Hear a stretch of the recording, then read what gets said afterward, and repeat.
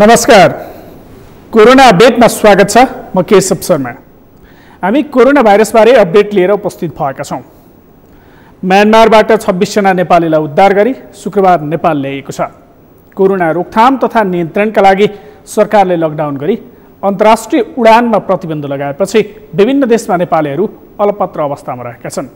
विदेशमा अलपत्र परेका नेपालीलाई उद्धार गर्न दबाव परेपछि सरकारले कार्यविधि तयार गरी नेपाल ल्याउने व्यवस्था गरेको हो।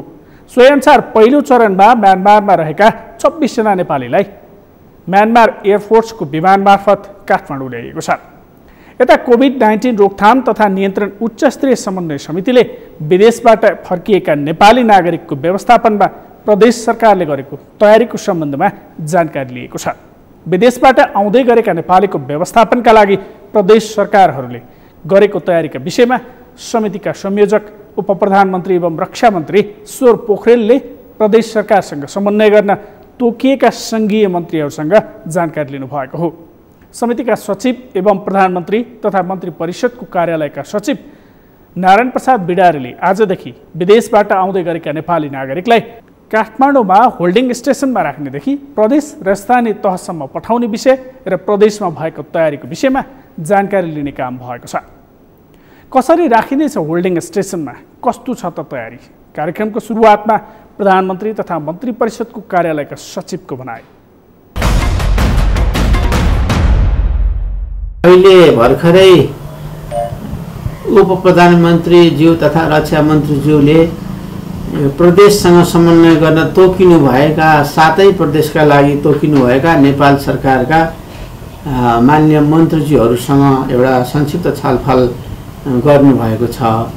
यो औपचारिक फर्मल त्यो ढङ्गले एउटा बैठक भनेर भन्नुभन्दा पनि आजको दिनको र अब लगत्तै आजदेखि उपरान्त भोलिका दिनमा हामीले विदेशबाट आउँदै गइरहेका नेपाली नागरिकहरूलाई काठमाडौँमा राख्नेदेखि प्रदेशसम्म पठाउने, प्रदेश हुँदै सम्बन्धित स्थानीय तहसम्म पठाउने विषयका जुन पूर्वनिर्धारित कार्यक्रमहरू छन् त्यसको आज कार्यान्वयनको पहिलो दिन भएको हुनाले सामान्य एक अर्कामा त्यसलाई जानकारी लिने दिने, त्यसलाई के कसो हुँदैछ भनेर एक अर्कामा अझ अपडेट हुने, अझ जानकारी लिने दिने र एकरूपताका साथ संयोजन गर्न सजिलो परोस् भन्नका लागि संक्षिप्त छलफल गर्नुभएको थियो। यो छलफल भर्खरै सम्पन्न भएको छ। माननीय मन्त्रीज्यूहरूले अब होल्डिङ सेन्टरमा काठमाडौँमा यो हवाई उडानबाट अवतरण भइसक्नु भएपछि नेपाली सेना र सुरक्षाका अधिकारीहरूबाट व्यवस्था गरिएको परिवहनबाट, यातायात बसबाट काठमाडौँका होल्डिङ सेन्टरहरूमा लगेर राखिनु भएका व्यक्तिहरूलाई त्यहाँ केही घन्टाको आरामपछि त्यहाँ सामान्य चाहिने आराम गर्ने, पानी पिउने, एउटा भौतिक हिसाबले न्यूनतम आधारभूत कुराहरू त्यहाँ पुरा गर्ने र त्यसपछि प्रदेश जाने कुराहरू छ। यही बारेको एउटा जानकारीको क्रम थियो। आज म्यानमारबाट 26 जना नागरिकहरू आउँदै हुनुहुन्छ। त्यसै गरी युएईबाट केही 80-85 जना आउने क्रममा हुनुहुन्छ। उहाँहरूलाई त्यहाँ अहिले म्यानमारको त अहिले 11 बजे प्लेन ल्यान्ड भयो भन्ने म्यासेज पनि आएको छ र युएईको दिउँसोतिर आउँछ। यो नियमित रूपले, यो क्रमिक रूपले यो चलिराख्छ। हामीले नेपाल सरकारले जसरी एउटा प्राथमिकता तोकेको छ त्यो प्राथमिकताकै आधारमा एम्बेसीहरूले त्यसलाई छनौट गरेर सकभर जुन प्रदेशको हुनुहुन्छ ती प्रदेशगत रूपमा पनि मिलान गरेर त्यसरी विदेशबाट पठाइदिने तर्फ उहाँहरूले प्रयास गर्नुहुनेछ र हामीले सङ्कलन गर्दै अनि होल्डिङ सेन्टरमा केही क्षणको, केही घन्टाको आरामपछि यहाँबाट व्यवस्था गरिएको बसबाट उहाँहरूलाई प्रदेशतिर पठाउने काम गरिन्छ। यो एक प्रकारले आजको दिनको कामको समीक्षात्मक हिसाबले एउटा जानकारीको आदान प्रदान गर्ने छलफलको सानो कार्यक्रम थियो, सकिएको छ। विदेशबाट अलपत्र परेका नेपाली नागरिकको उद्धार गर्ने कार्य आजदेखि सुरु भइसकेको छ। विदेशबाट उद्धार गरी नेपाल ल्याइएका नागरिकको व्यवस्थापनको काम, कोरोना महामारी रोकथाम, नियन्त्रण तथा प्रतिकारका लागि सरकारले बनाएको COVID-19 crisis management centre CCMC को संयोजनमा हुनेछ। केही समय पहिलेसम्म नेपालमा कोरोना संक्रमणको जस्तो अवस्था थियो त्यसले केही आशा जगाएको थियो। अन्य देशमा महामारीको रूपमा फैलिएको यो संक्रमण नेपालमा धेरै कम देखिएको थियो। कोरोना संक्रमण देखिएकाहरूमा पनि खासै ठुलो समस्या देखिएको थिएन। तर अहिले अवस्था फेरिएको छ। दिनानुदिन बढ्दो संक्रमणका कारण देशको समग्र अवस्था चिन्ताजनक बन्दै गएको छ। संक्रमण फैलन नदिन गरिएको लकडाउनको 74औं दिन बितिसकेको छ। यो अवधिमा कतिजनाको परीक्षण भयो, संक्रमित कति पुगे, कति निको भए, स्वास्थ्य तथा जनसङ्ख्या मन्त्रालयको यो भनाइ। पहिलो अपडेट मैले प्रयोगशालाको परीक्षणबाट गराउन चाहन्छु। पीसीआर विधिबाट गरिएका परीक्षणहरूको आजसम्मको कुल संख्या 88,366 रहेको छ। त्यसैगरी आरडीटी विधिबाट गरिएको परीक्षणहरूको आजसम्मको संख्या 1,32,966 रहेको छ। गत 24 घण्टामा मात्र पीसीआर विधिबाट 4,232 र आरडीटी विधिबाट 7,402 वटा परीक्षणहरू सम्पन्न भएका छन्।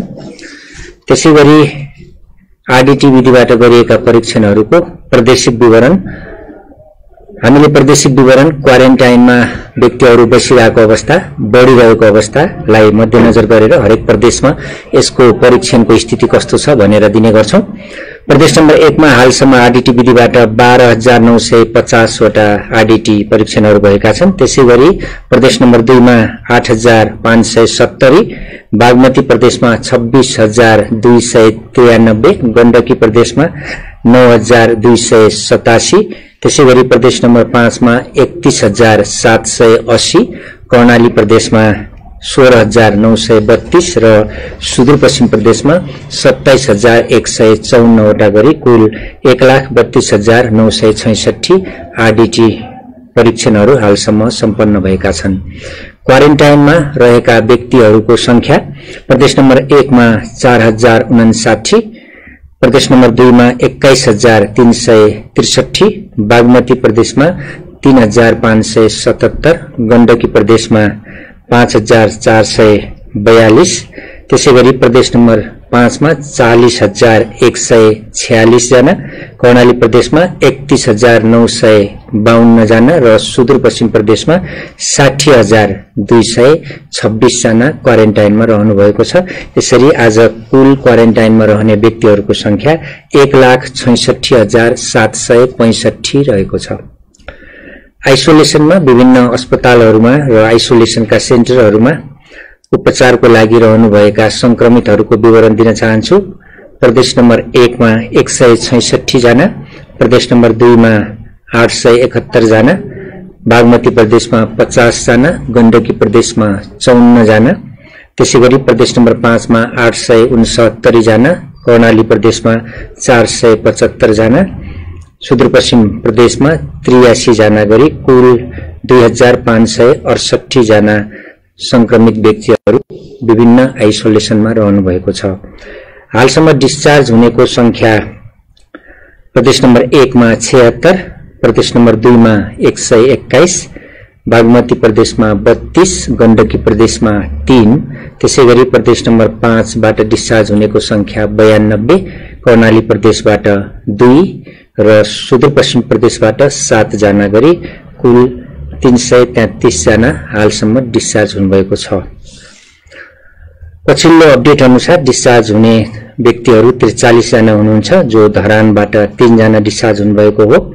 उहाँहरू सबै झापाका हुनुहुन्थ्यो। 15 देखि 45 वर्ष उमेरका व्यक्तिहरू सबै पुरुष र उहाँहरू 7औं देखि 11औं दिनमा डिस्चार्ज हुनुभएको हो। त्यसैगरी कोशी अस्पताल विराटनगरबाट 27 जना डिस्चार्ज हुनुभएको। उहाँहरू धनकोटा, खोटाङ, उदयपुर, मोरङ, सप्तरी, सुनसरी र झापाका हुनुहुन्छ। उहाँहरू 16 देखि 57 वर्ष उमेरका व्यक्तिहरू हुनुहुन्छ, जसमध्ये 4 महिला र 23 पुरुष हुनुहुन्छ। उहाँहरू 6 देखि 11औं दिनको अवधिमा अस्पतालबाट डिस्चार्ज हुनुभएको हो। त्यसैगरी सुशील कोइराला प्रखर क्यान्सर अस्पताल बाँके र लायन्स डेन्टल अस्पतालबाट गरी 13 जना बाँकेबाट डिस्चार्ज हुनुभएको छ। उहाँहरू 16 देखि 55 वर्ष उमेरका हुनुहुन्छ, 1 जना महिला र 12 जना पुरुष, जो 14औं दिनदेखि 30औं दिनको अवधि आइसोलेसनमा पार गरेर निको भएर संक्रमणलाई जितेर घर फर्कनु भएको हो। यसरी कुल डिस्चार्ज हुनेको संख्या हालसम्म 333, जसमध्ये पुरुषहरू 272 र महिलाहरू 61 जना हुनुहुन्छ। कल सेन्टरको अपडेट दिन चाहन्छु। दुईवटा कल सेन्टर 1133 र 1115, जसमा यहाँहरूले निशुल्क डायल गर्न सक्नुहुन्छ। आज मैले सबै कल सेन्टरमा आउने कलहरू लाई व्यवस्थित गर्ने क्रममा एउटा अनुरोध गर्न चाहन्छु।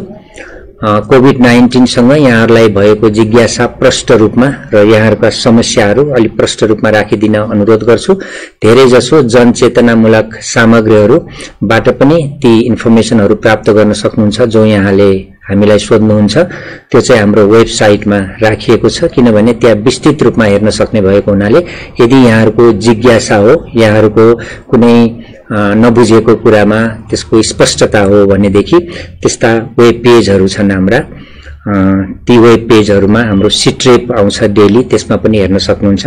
र अबदेखि स्वास्थ्यकर्मी चिकित्सकहरूले पनि विशेष रूपमा हामीलाई सोध्नुहोस् भनेर हामीले त्यसको प्रयास गरिरहेका छौं, जसमा कुनै कल सेन्टरलाई डेजिग्नेटेड गरेर त्यसमा स्वास्थ्यकर्मी र चिकित्सकहरूले आफ्ना जिज्ञासाहरू राख्नु भएको भए हामीले थप उहाँहरूलाई सल्लाह यहाँबाट पनि दिन्छौं। विभिन्न अस्पतालबाट यो काम गर्न सकिन्छ, जसले गर्दा हामीसँग प्रत्यक्ष रूपमा यहाँहरू जोडिन पनि सक्नुहुन्छ र त्यो एक किसिमको अनुगमन पनि हुन्छ। पछिल्लो अपडेट अनुसार गत 24 घण्टामा 1316 वटा हामीलाई कल प्राप्त भएका थिए।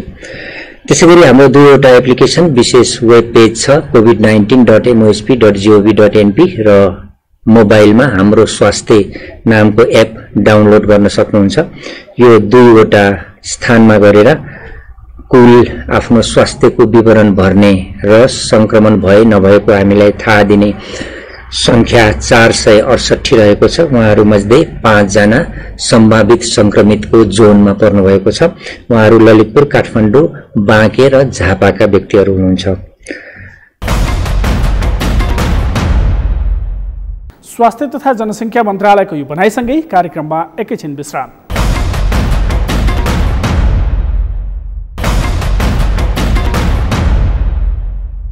विश्रामपछि कार्यक्रममा स्वागत छ। जसको पेटमा खाना छैन, शिरमाथि छानो छैन र शरीरमा पहिले भएको रोगको उपचार छैन, यस्तो मानिस यो महामारीबाट सबभन्दा धेरै पीडित छ।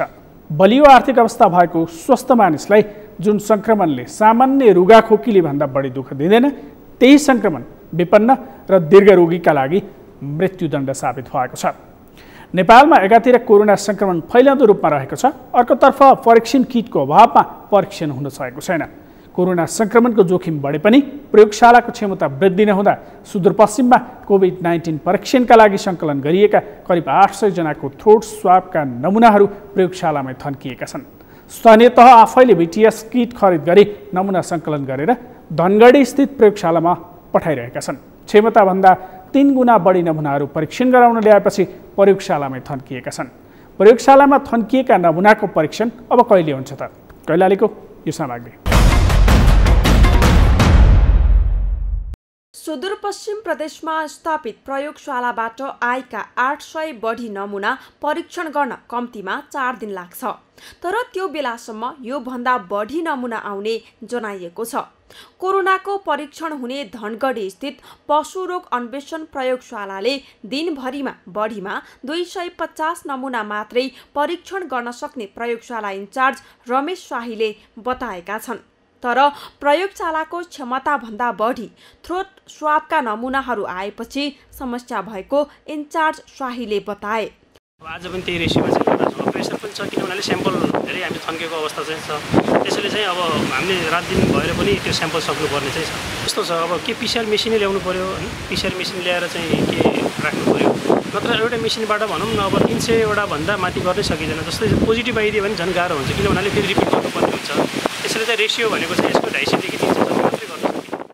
भएको उपकरण र प्राविधिकबाट परीक्षण गर्न ढिला हुँदासम्म प्रदेश सरकार जनशक्ति र उपकरण थप्नेतर्फ ध्यान दिएको छैन।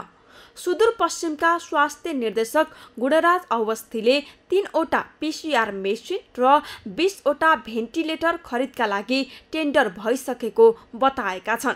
हाल थ्रोट स्वाब नमुना सङ्कलन तीव्र भए पनि परीक्षण सुस्त रहेको अवस्थीले स्वीकार गरे। धनगढीमा एउटै प्रयोगशाला र त्यसमा आवश्यक कर्मचारी समेत अभावका कारण परीक्षणले तीव्रता पाउन नसकेको निर्देशक अवस्थीले बताएका छन्। परीक्षणलाई बढाउन थप प्रयोगशाला राख्ने तथा आवश्यक जनशक्ति पूर्ति गर्ने विषयमा निर्देशनालय केन्द्रित भएको उनले जानकारी दिए। र जति स्याम्पलहरू कलेक्सन भएका छन् ती सबैको चाहिने समयमा जाँच गर्न नसकेको यही तीनवटा कारणले हो। जनशक्तिको अभाव र पिसिआर मसिनमा आवश्यक पर्ने सामग्रीको अभाव र तेस्रो बत्ती चाहिँ अनियमित भएर ढिला भइरहेको छ र अब चाहिने छिटोभन्दा छिटो थप पिसिआर मसिनहरू पनि थपेर यो कार्यक्रमलाई अझै व्यवस्थित गर्ने आरडिटी किटहरू पनि थपेर अझै गाउँ गाउँमा चाहिने यसको जाँच गर्ने चाहिने नेपाल सरकार सुदूरपश्चिम प्रदेश सरकार लागि परेको छ। प्रदेश सरकारले प्रदेशका 5 ठाउँमा प्रयोगशाला स्थापना गरेर परीक्षणलाई तीव्रता दिने निर्णय गरे पनि हालसम्म सङ्घीय सरकारले स्थापना गरेको प्रयोगशालाबाटै परीक्षण भइरहेको छ। बाह्य मुलुकबाट हुलका हुल नागरिक भित्रिएर यस प्रदेशमा क्वारेन्टाइन पनि भरी भराउ बनेका छन्। तर परीक्षणका लागि प्रयोगशाला अभावमा सङ्कलन भएका नमुना पनि थन्किन थालेका हुन्। सगरमाथा टेलिभिजनका लागि कैलालीबाट दिनेश विष्टको रिपोर्ट। कहाँ संक्रमण बढी छ कहाँ कम छ भनेर पत्ता लगाउने एउटै उपाय हो व्यापक स्वास्थ्य परीक्षण। नेपाल सरकारले कोरोना भाइरस परीक्षणको दायरा क्रमिक रूपमा बढाइरहेको जनाए पनि विभिन्न जिल्लाहरूमा परीक्षण किटको अभावमा परीक्षण हुन सकेको छैन। सरकारले आफ्ना जनता कसरी बाँचिरहेका छन् र देश कसरी चलिरहेको छ भन्नेतर्फ कुनै विचार नगरी फेरि पनि लकडाउनलाई कोभिड-19 विरुद्ध लड्ने एकमात्र ब्रह्मास्त्र चाहिँ प्रयोग गरेको छ। लकडाउनको अवधि मात्र बढाइनुले सङ्क्रमणको अन्त्य हुँदैन, त्यसैले आवश्यक मात्रामा परीक्षणको समेत दायरा बढाउनु जरुरी छ। स्याङ्जामा भारतबाट आउनेको सङ्ख्या बढ्न थालेपछि जिल्ला सुरक्षा समिति स्याङ्जाले हरेक पालिकामा अनुगमन सुरु गरेको छ। क्वारेन्टिनमा बस्ने मानिसको अवस्था र पालिकाले गरेको व्यवस्थालाई प्रभावकारी बनाउन सुरक्षा समिति स्याङ्जाले अनुगमन सुरु गरेको हो। कस्तो पाइयो अनुगमनका क्रममा त्यहाँका क्वारेन्टाइनको अवस्था? एक सामग्री। भारतबाट आउने गण्डकी प्रदेशका मानिसको प्रमुख नाका स्याङ्जा हो। प्रदेशका हरेक जिल्लामा भारतबाट आउने मानिसहरू स्याङ्जा हुँदै जानुपर्ने भएकाले पनि जिल्लालाई कोरोना संक्रमणको उच्च जोखिम हुन सक्ने जिल्ला सुरक्षा समितिले आकलन गरेको छ। जिल्लामा भारतबाट आउने मानिसको चापसँगै कोरोना संक्रमण बढ्न थालेपछि जिल्ला सुरक्षा समितिले आइसोलेसन र क्वारेन्टाइनको अवस्थाबारे अनुगमन सुरु गरेको हो। स्याङ्जामा भारतबाट आएका मानिसहरूमा कोरोना संक्रमण देखिन थालेपछि अन्य समुदायमा पनि यो भाइरस नसरोस् भन्ने उद्देश्यले सुरक्षा समितिले अनुगमनलाई तीव्रता दिएको स्याङ्जाका प्रमुख जिल्लाधिकारी गङ्गाबहादुर छेत्रीले बताए। आइसोलेसन तत्काल चाहिँ विस्तार गर्नु जरुरी देखियो, त्यसले गर्दा हामी आइसोलेसन सेन्टर चाहिँ विस्तार गर्ने प्रक्रियामा लाग्यौँ र त्यो लाग्दाखेरि चाहिँ तत्कालै चाहिँ पालिकाहरूमा स्थापित भएका क्वारेन्टाइनहरू चाहिँ हेर्न अनुगमन गर्न सकिने अवस्था रहेन र यो बिचमा त्यो गुनासो आएको कारणले गर्दा आइसोलेसन सेन्टर चाहिँ स्थापित गरिसकेपछि आजबाट हामी चाहिँ यो क्वारेन्टाइन चाहिँ पालिकाहरूले कसरी व्यवस्था गर्नुभएको छ भनेर चाहिँ अनुगमनको क्रममा छौँ र अनुगमनको क्रममा हामी चाहिँ हरिनास गाउँपालिका स्टेट चाहिँ वडा नम्बर 6 को यो चाहिँ क्याक्मीमा आइपुगेका छौँ। यहाँ हेर्दा अलिकति व्यवस्थापन पक्ष कमजोर फितलो भएको चाहिँ हामीले पाएका छौँ। हरेक क्वारेन्टाइनमा बसेका मानिसहरूको सुरक्षाको जिम्मेवारी नेपाल प्रहरीले पाएको छ। सुरक्षाका दृष्टिकोणले जति सक्यो थोरै क्वारेन्टाइनको व्यवस्था र प्रहरी जनशक्तिको परिचालनमा प्रहरीलाई चुनौतीको विषय बनेको छ। कोरोना संक्रमणको मात्रै नभएर अन्य अपराधिक क्रियाकलापको पनि चुनौतीलाई सामना गर्दै समाज र समुदायको यो महामारीबाट र अन्य अपराधिक क्रियाकलापको सुरक्षाका निम्ति जिल्ला प्रहरी कार्यालयले नयाँ रणनीति अनुसार कामको थालनी गरेको जिल्ला प्रहरी प्रमुख प्रहरी उपरीक्षक विमल राज कँडेलले बताए।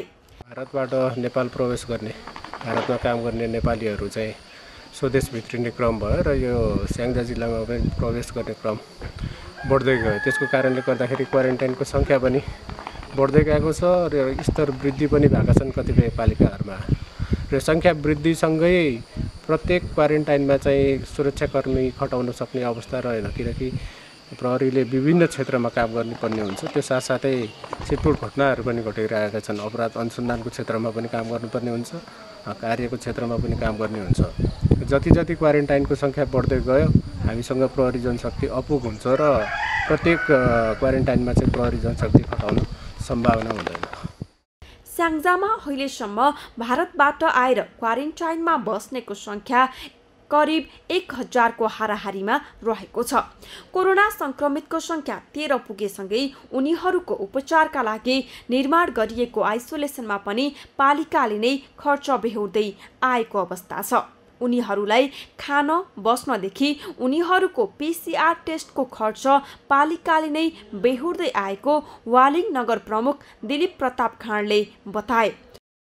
भारतमा काम गर्ने वालिङका नागरिक हुन् र यसलाई चाहिँ अहिले स्थानीय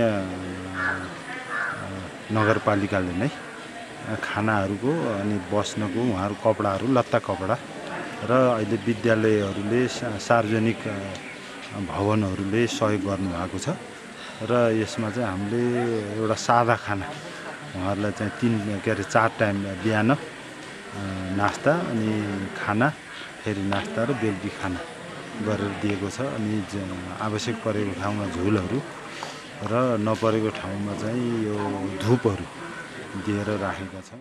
भारत लगायत तेस्रो मुलुकबाट आउने क्रम बढेसँगै व्यवस्थित क्वारेन्टाइन र सुविधायुक्त आइसोलेसनको व्यवस्था गर्न जरुरी छ। स्याङ्जाबाट श्रीकृष्ण सिगदेलको रिपोर्ट।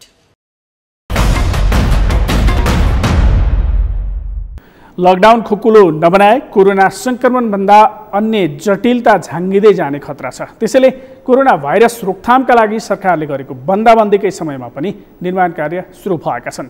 यसरी निर्माण कार्य सुरु गर्दा आवश्यक सावधानी भने अपनाउनु जरुरी छ। कार्यक्रममा अन्य सामग्री बाँकी नै छन्, एकैछिन विश्राम।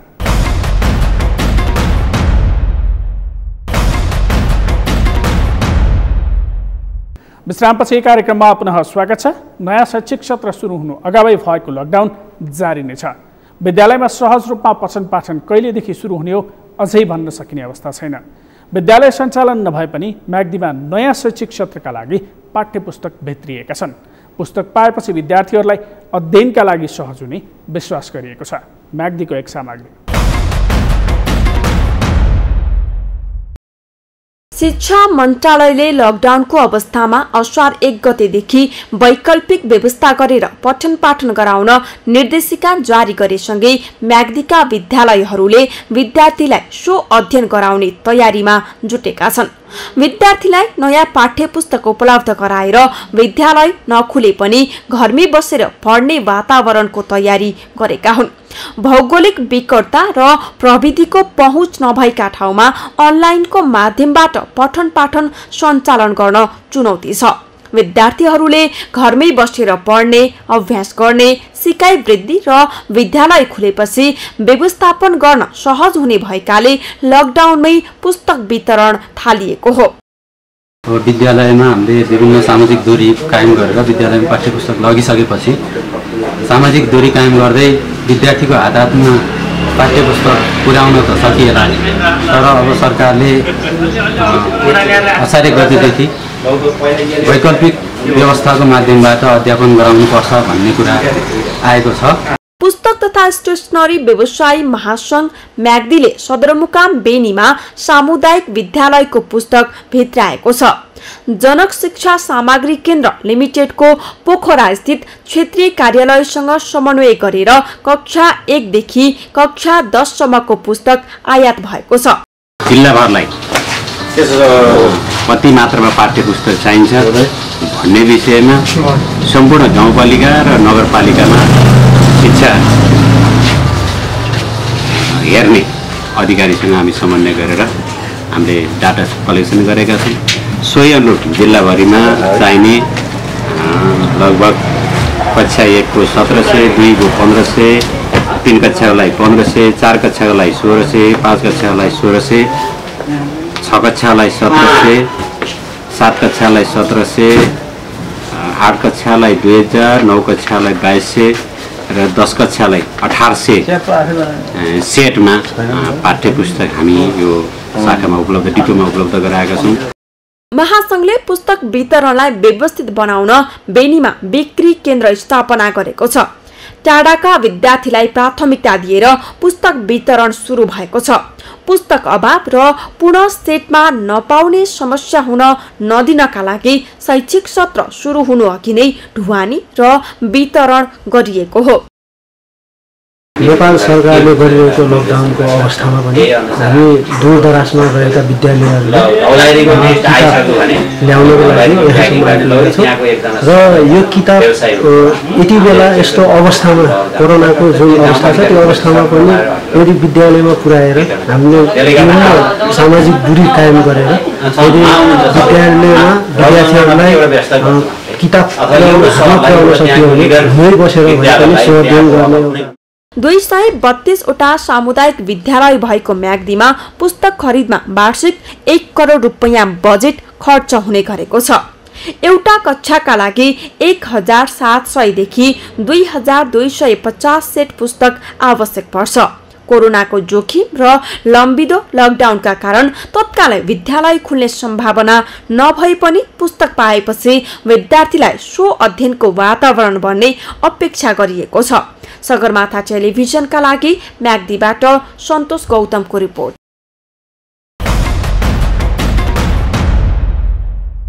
कोरोना संक्रमण फैलिँदै जाँदा क्वारेन्टाइनको व्यवस्थापन हाम्रा स्वास्थ्य संस्थाहरूमा भेन्टिलेटरको व्यवस्था चुस्त दुरुस्त हुनुपर्ने हो, तर त्यसो हुन सकेको छैन।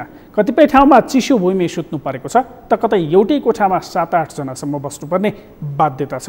विश्वव्यापी रूपमा सुरुदेखि नै यो महामारीबारे झिनो आशा र गहिरो निराशाका तरङ्गहरू चलिरहेका छन्। संक्रमणको जोखिम कम गर्न आवश्यक सावधानी अपनाऊ। हवस् त, यिनै विविध सामग्रीसँगै आजका लागि कोरोना अपडेट यति नै। म केशव शर्मा बिदा हुन्छु। नमस्कार।